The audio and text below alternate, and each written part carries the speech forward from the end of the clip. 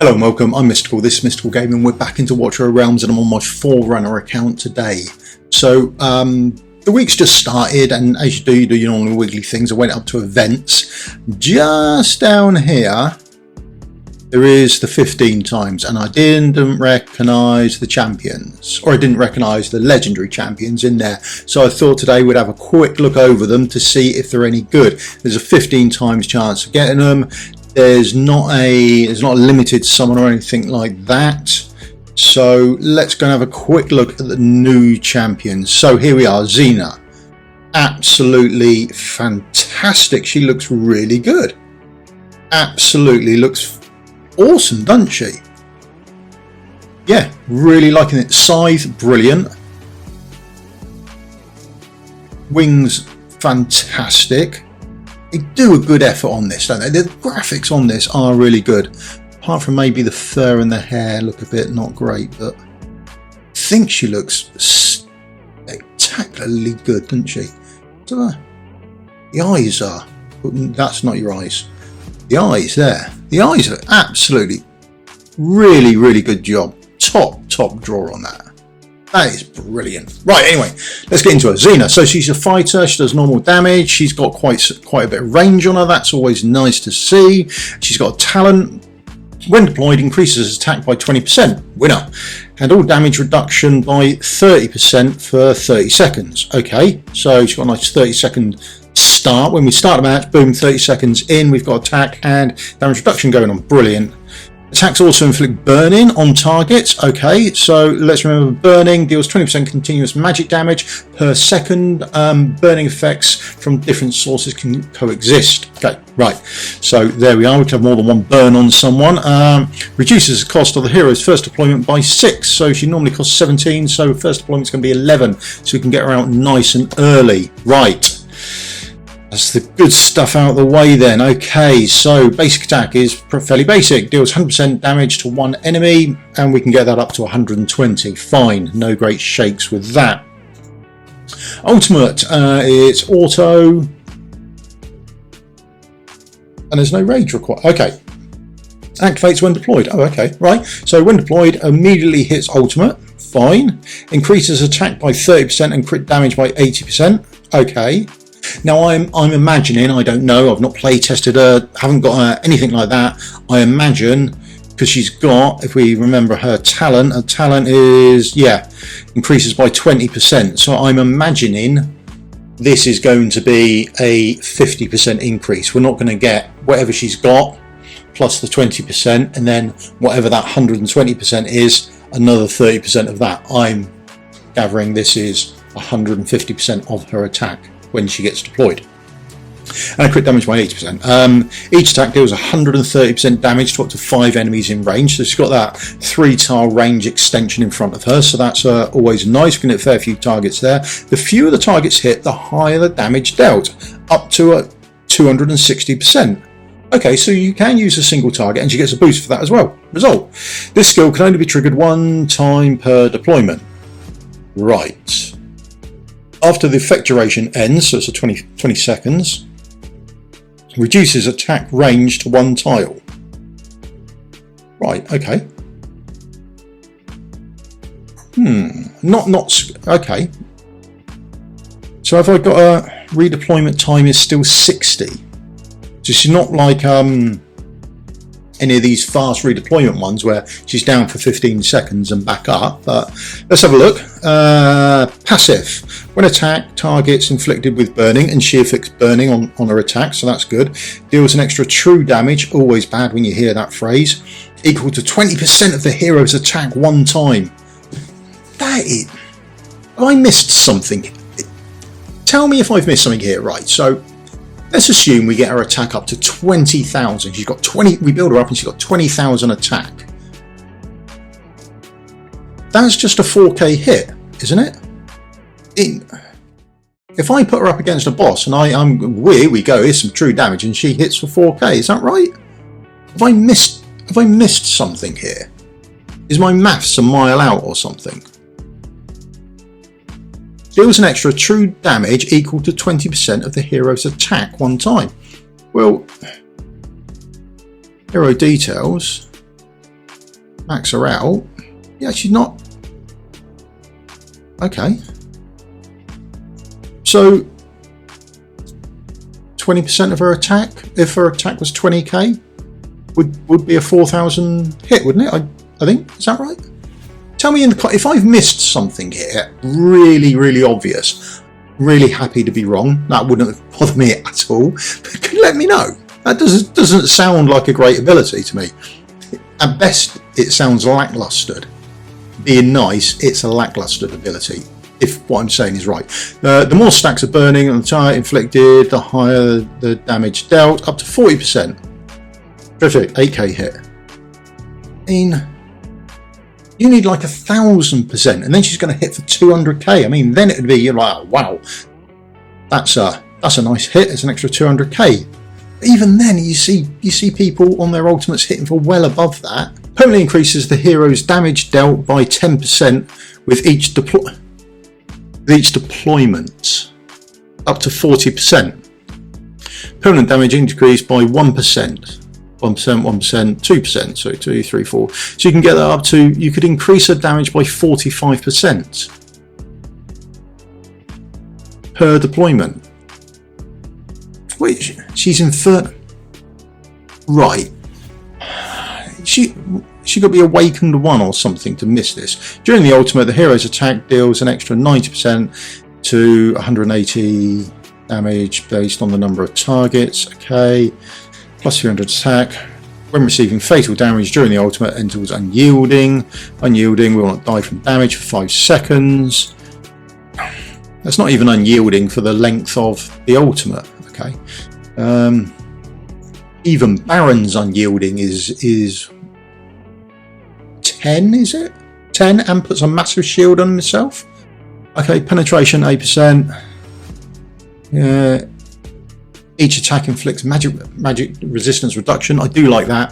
I think I prefer that over the magic vulnerability, magic damage vulnerability. I think that's the better of the two debuffs. You can have them both, but I think I prefer that as you scale up. Where am I going to use her? If I've got a killer, not killer, but I've got a, and her deployment time is, it's not as if she's Aatrox and she's got, 15 seconds there. She's at 30 seconds and she's infernal. If she was Nightmare, then I would team her up with Volker and you'd make a Nightmare team and that sort of stuff. So she's the wrong faction to go with that. Where am I? Is her burst damage that good, I suppose, is the question. I'm trying to think where I would use her. So I'm thinking at the moment, Void Rift, Torador, Void Rift Lasser. Although you've got to be quite descriptive on when you put her down, because she's going to trigger her ultimate straight away. It's not as if you can trigger it when Lasser gets in range, and the Lasser attacks the last person you put down, so you've then, could be a nightmare for you. You'd have to save up your coinage, wait for him to come across, then put her down and the tank at almost the same time, because she's going to trigger her ultimate straight away. So being brutally selfish is where I'm stuck in the game at the moment. So would she be any good here? So I believe the boss comes down here and then he kills her, or she kills me straight off. Could have put her down here, massive amount of burst damage, get the boss done. Then would I have a revival time quick enough to get her back on this stretch, on the middle stretch? And then could I revive her again for the home stretch? So is she designed to help people out for this? Again, here the boss appears, doesn't he, in the bottom left hand corner over here, so that's quite weird for us. Then he appears in the center, then he's down here, and then he's got the home stretch run home. So maybe you could, I don't know how the timings would work with her, maybe she would be good there as well. I'm trying to think, I mean, maybe, I don't know. Seems quite niche compared to how much damage she can do, I suppose. Maybe she's got a point in the game. Would I be happy if I pulled her? Aesthetically, I'd be happy. I think it looks absolutely fantastic. I'd be intrigued if I pulled her. How's that? Is that good? Maybe I've missed something. Maybe she's absolutely fantastic somewhere that I've missed. And maybe if you don't take her down, if she doesn't have an ultimate, maybe a straight damage is fine. Maybe her damage is absolutely good enough to keep the burning ticks on, and you don't have to keep redeploying her. Maybe she's a good enough fighter to be a good fighter by herself, and she's also brilliant at these niche roles. Fingers crossed. I haven't play tested, I don't know. That's just my initial take on what I see and what I can read on screen. So, don't know. Lukewarm over that. Right, let's go on. We've also got this little cherub here. Again, aesthetically looks awesome, doesn't it? Or she? I have absolutely no idea. Beelzebub. Lord of Flies. Looks good. Love the skull. Love the flies popping around. Absolutely fantastic. Love the spine on the back. The sort of ectoskeleton going on across the neck. Wings, yeah. Really, really good design. Do like it. Whoever's up in the art department, well done, congratulations on making this come to life. Absolutely, yeah, love the flies going around. Looks really good. Right, first thing, the range looks fantastic. I mean, that's like one square in the centre ahead of where you'd normally expect marksman to be. So the range to start with looks pretty good, doesn't it? Okay, damage dealt to the hero, and the putrid flies inflicts slow on the target. So putrid flies inherits 100% of the hero's attributes, roam within the hero's basic attack range, which is quite large, and deal 100% damage to 5 enemies with basic attack. Happy days. That is nice, I think. Nice as a talent. Brilliant. Okay, so basic attack, AoE magic damage, deals 100% AoE damage to 5 targets. Brilliant. Now the skill ups are quite so. Periodic rage regen +5. So we're getting rage regen on the basic attack as you level it up. That's quite nice, then, isn't it? And it's the attack. So as you attack, you're going to get clumps of the rage regen that you put on the attack, which is, yeah, I like this. This is good. Yeah, well thought out. Quite like it. So far, so good. Right then. Manual ultimate, do like manual ultimates, I like to trigger them. Summons putrid flies, so that's where we get putrid flies. Putrid flies generate a powerful vortex that pulls up to 10 enemies towards its centre with 2 times strength. Okay, so that's probably 2 tiles, and inflicts slow on them. Slow, it's a 2-second slow, but it is 75%. This is the big boy of slows. Don't think anyone does more than this, do they? I think that is the big boy slow, 75%, so that is good on them. The vortex lasts for 5 seconds. Okay, good little ultimate. Effect duration 2 seconds, and the skill cost by 100, so we can get that up to 22 seconds, get the skill cost down to 900. Yeah, it's all right. That is all right, I think. Fairly usable ultimate. Good to see. Right, during the ultimate, okay, all right. The hero and the putrid flies release Plague of Ruin 1 time every 5 seconds, dealing 150% AoE damage to up to 8 targets and inflicting magic damage vulnerability. So I think this is worse than what we saw in Xena. I think this is the worst of the 2 debuffs. It's not bad. I mean, you've got debuff. Let's not get this wrong. And he's also doing the weakest version of it, I believe, so that's a bit of a shame. Right, Plague of Ruin 1 time every 5 seconds, and it's on a 5-second cooldown, but it's during the ultimate, and now the ultimate lasts for up to 22 seconds. So could we get 4 or 5 of those off? So would we get a trigger in the last 2 seconds of the ultimate, and it would go on for 5 seconds, although the ultimate finishes. So hopefully, if you maxed out your ultimate, you could get that going. The cooldown would be reduced as well, so this would be quite good. You get the cooldown to reduced to 3 seconds, and it's going up to 5 seconds and doing up to 10 enemies. So yeah, nice. That is really good. I do quite like that. And if it's down to 3 seconds, then you'll get in maybe 7 or 8 attempts at this as well. So all looking good. all looking good. During the ultimate, okay, we do like the ultimate, applies 35% inspiration. Okay, right, so this is what Dolores does. Dolores does it better than everyone else. Or did she? Inspiration to allies in the hero's skill range. Reduces the attack interval of allied summons adjacent to petriflies by 25%. Okay, so they're two different things. Let's do the second one first because that's much easier to deal with. Reduces the attack interval.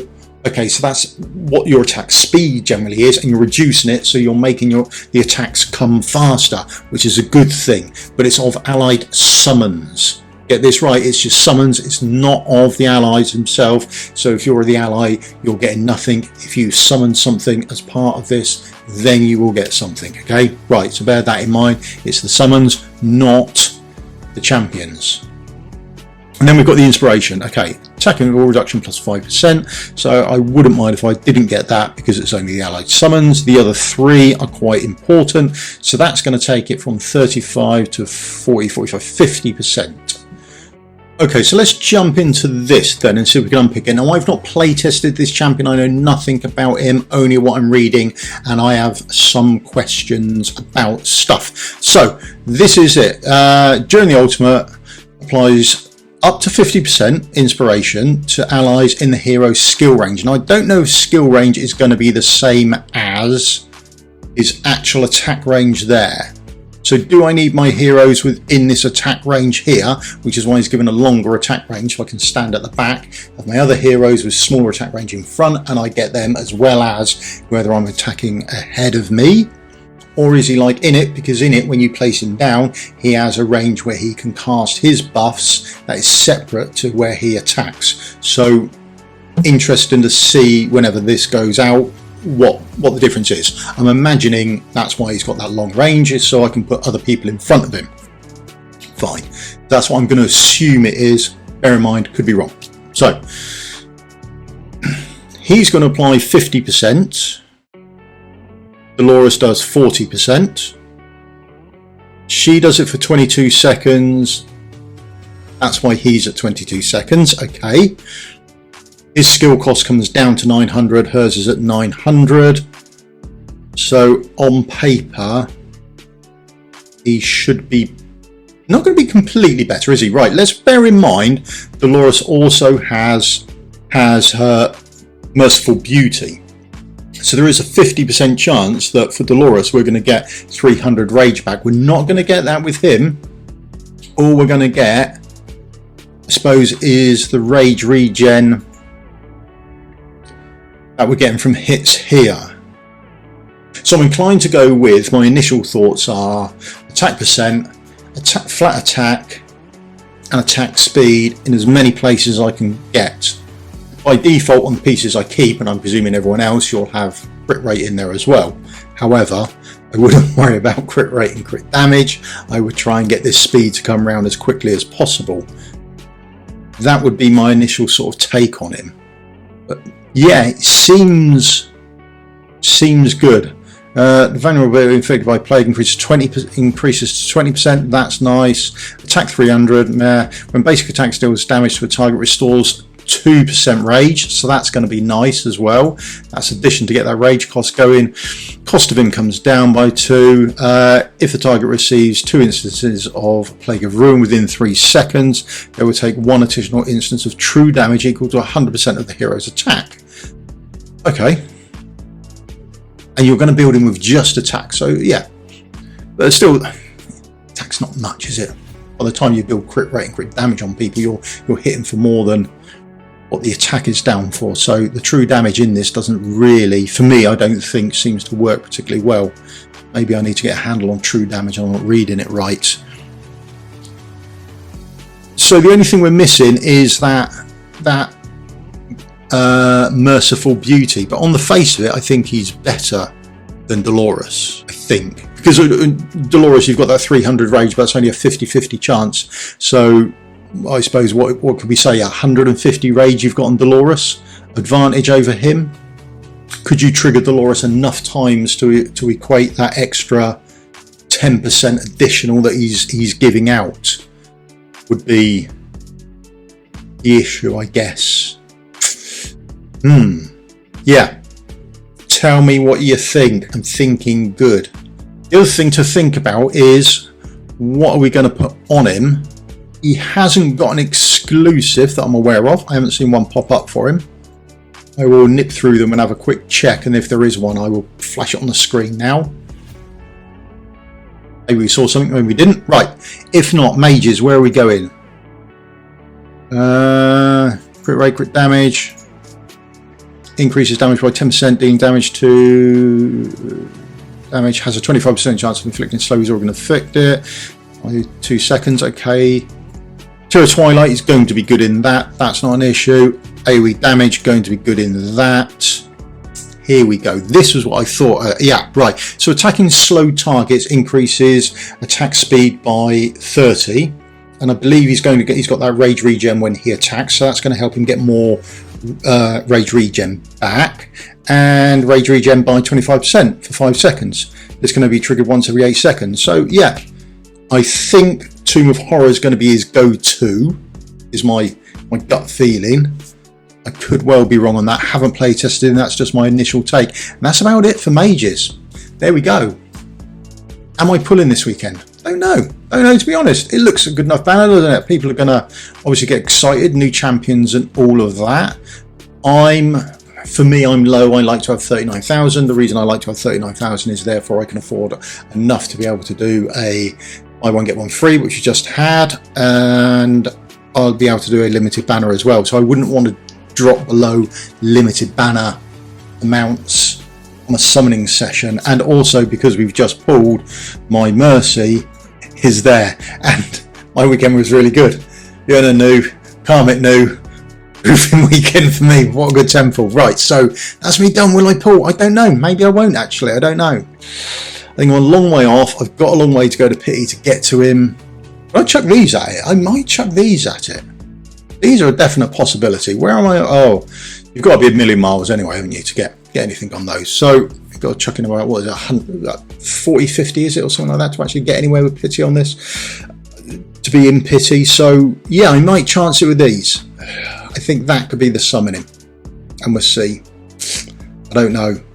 Xena, interesting. I think maybe see what damage is like on when she's on one target and she's got no ultimate. See if she's any good then. She'd have to be at least viable in that position to be considered, I think. And then Beelzebub, nice, good. Would happily play test him. Would like to play test him. Change from Dolores. So yeah, let me know what you think in the comments below. Let's address the elephant in the room then. When are these coming to global? When are these heroes coming to global? Without any updates going on global, we don't know that, do we? And that is going to be an issue. I think it's really good that we've got the compensation. That's nice, absolutely fantastic. I think that's a really good thing they've done. Can't knock them for that. I would like some information though. We know nothing. We don't know a projected timeline. So for me in my calendar, I've got the 5th marked off as a little mental note. Last time, the 5th of August is when they announced the update, and then it was for the 12th a week later. So I am thinking this time around, maybe keep an eye out for the 5th in a couple of days and see if there is an update announcement. I'd like one by then. This 7-day login to keep us occupied and not thinking about the update is already gone by then. I personally would prefer information over shards. But that's just me. I'd like to know if it's going to be 2 months, 10 months. If you've got no idea, then I'd be happy with the honesty, to be honest. But there you go. I suppose we don't know. We're not knowing anything makes people speculate about stuff. I would like to think that it's all done and dusted in the background and they're ready to roll out a massive update. We're going to hear about it on the 5th, and then the following week on the 12th there's going to be this update from the August stuff, and we're going to get extra stuff in there as well, and all sorts of good stuff. That's my hopes for the 5th. Get ready to get shot down in flames for that one. We'll see how it goes, but that is essentially the issue. The new champions look nice, they look very interesting, but can we get them onto global? Who knows? Anyway, that's me done for today. I'll see you in a video again soon. If you can, while you're on the way out the door, leave the old thumbs up, like and subscribe, would help me out massively, and I'll see you in a video again soon. Cheers for your time. Goodbye.